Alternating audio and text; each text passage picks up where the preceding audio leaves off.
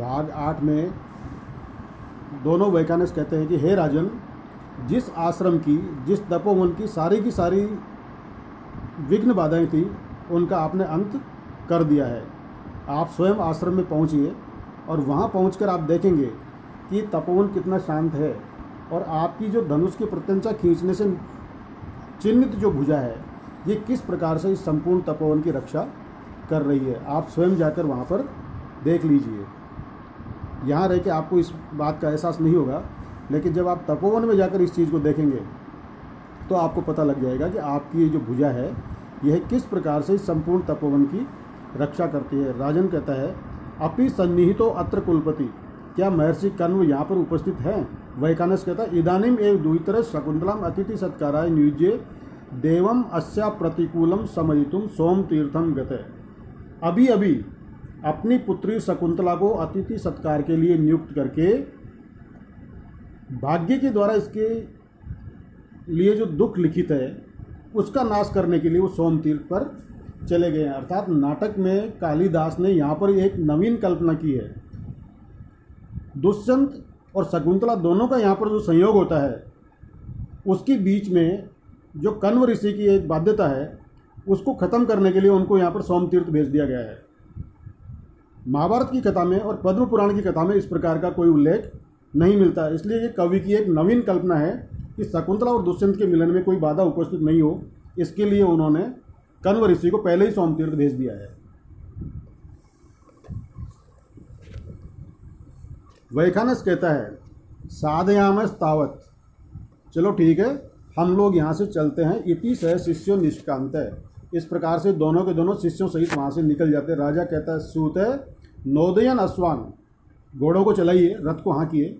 पुण्याश्रम दर्शनेन तद आत्मानम पुण्य में, इस पुण्य आश्रम को देखकर हम अपने आप को पवित्र करते हैं, अर्थात इसका दर्शन लाभ लेते हैं। सूत कहता है, यद आज्ञापयतु आयुष्मान, हे श्रीमान जैसी आप आज्ञा देते हैं।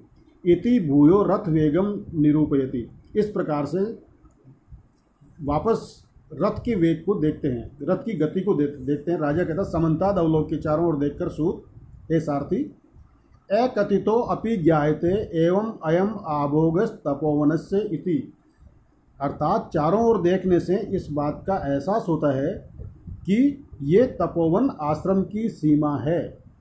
सूत कहता है, कथम युवे, आपने कैसे पहचान लिया कि ये तपोवन है? तपोवन की विशेषता बताते हुए राजा कहता है, किम न पश्यति भवान, ये आप यहाँ पर देख नहीं रहे? क्या क्या दिखाई दे रहा है? नीवारा सुख गर्भ कोठर मुख भ्रष्टास तरुणाम मद, प्रस्निग्धा क्वचित इंगुदी फलविद सुच्यंत इहोपल, विश्वासोपगमात अभिन्नगते शब्दम सहन्ते मृगः, तोयाधार पताश्च वल्कल शिखा निश्चंद रेखांकिता। देखो, तपोवन की विशेषता बताते हुए कहा जा रहा है, निवार कहते हैं धान्य को।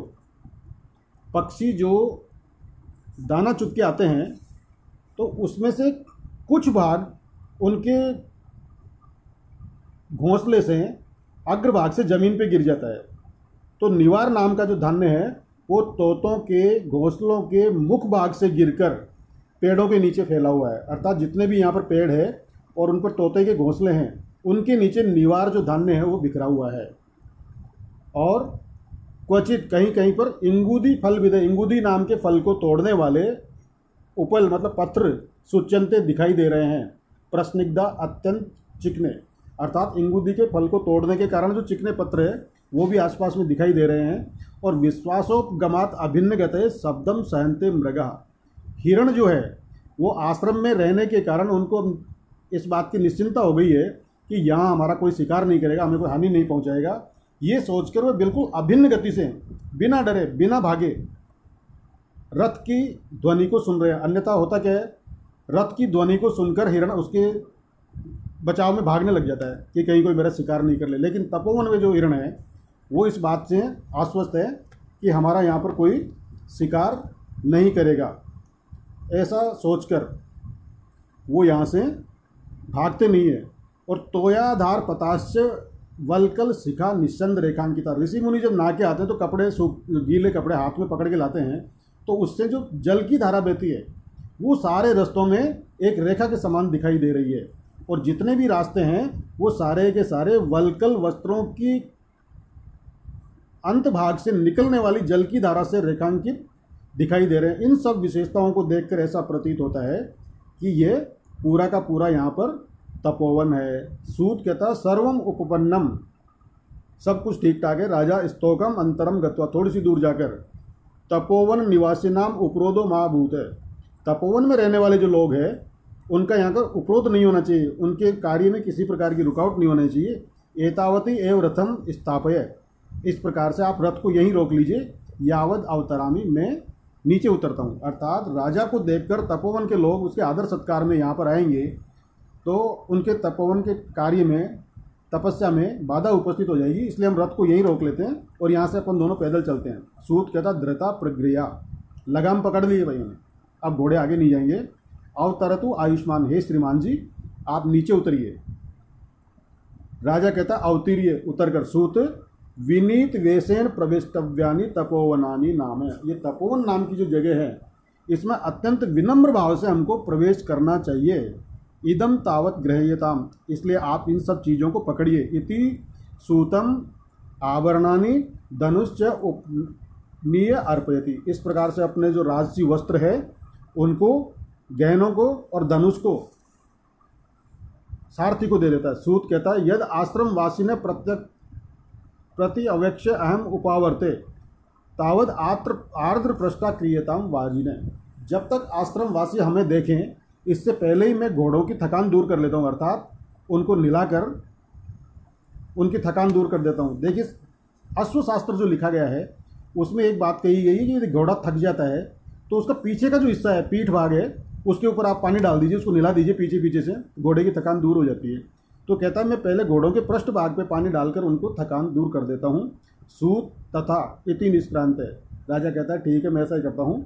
ऐसा कहकर राजा चला जाता है। राजा परिक्रम में अवलोक्य चे, राजा चारों तरफ घूमकर और देखकर, इदम आश्रम द्वारम, यह आश्रम का द्वार है।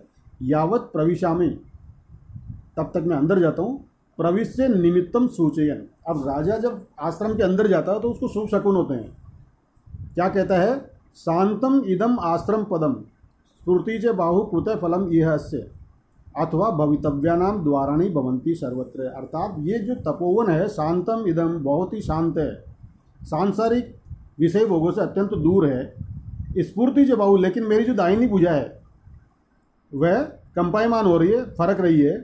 तो कहते कुतः फलम, ये इसका फल यहाँ पर कैसे मिल सकता है, ये तो आश्रम तो शांत है। लेकिन फिर भी राजा उसका समर्थन करते हुए कहता है अथवा भवितव्यानाम द्वाराणी भवंती सर्वत्र, कहते हैं जिंदगी में जो चीज़ होनी होती है उसके दरवाजे सब जगह होते हैं, अर्थात कोई भी चीज़ यदि ज़िंदगी में घटित होने वाली होती है तो कहीं भी घटित हो सकती है, इसके लिए कोई पाबंदी नहीं है। इसलिए मुझे इस जो भुजा के फरकने का जो फल है वो इस आश्रम में मिल सकता है। पर्दे के पीछे से आवाज़ आती है नेपथ्य, इतः इतः सख्यो, हे सखियो आप इधर आइए। राजा कर्णम दत्वा, राजा कान लगाकर, अरे दक्षिणेन वृक्ष वाटिकाम आलापे श्रूयते, दक्षिण दिशा की ओर जो वृक्ष वाटिका है उसमें कुछ बातचीत सुनाई दे रही है। यावद अत्र गच्छामि, तब तक मैं वहाँ जाता हूँ।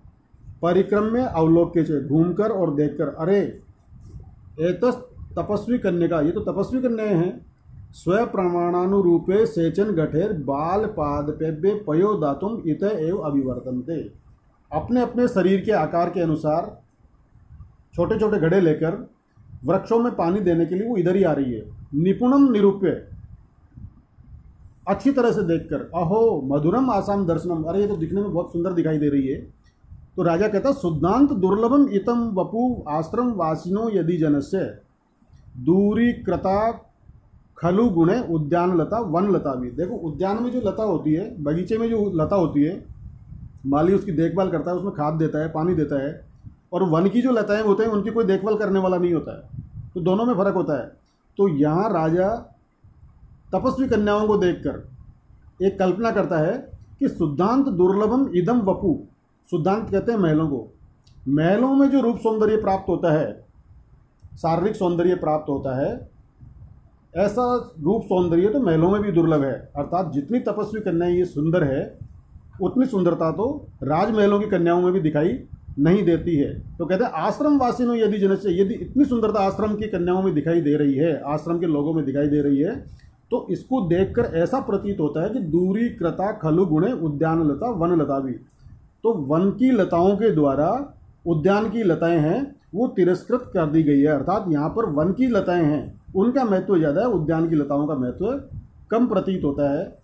अपने गुणों के कारण वन लताओं ने उद्यान लताओं को तिरस्कृत कर दिया है। यावद इमाम छायाम आश्रित्य प्रतिपालयामी, तब तक मैं इस छाया में बैठकर इनकी प्रतीक्षा करता हूँ, इनका इंतजार करता हूँ। इति विलोकयन स्थित है, ऐसा देखता हुआ राजा रुक जाता है।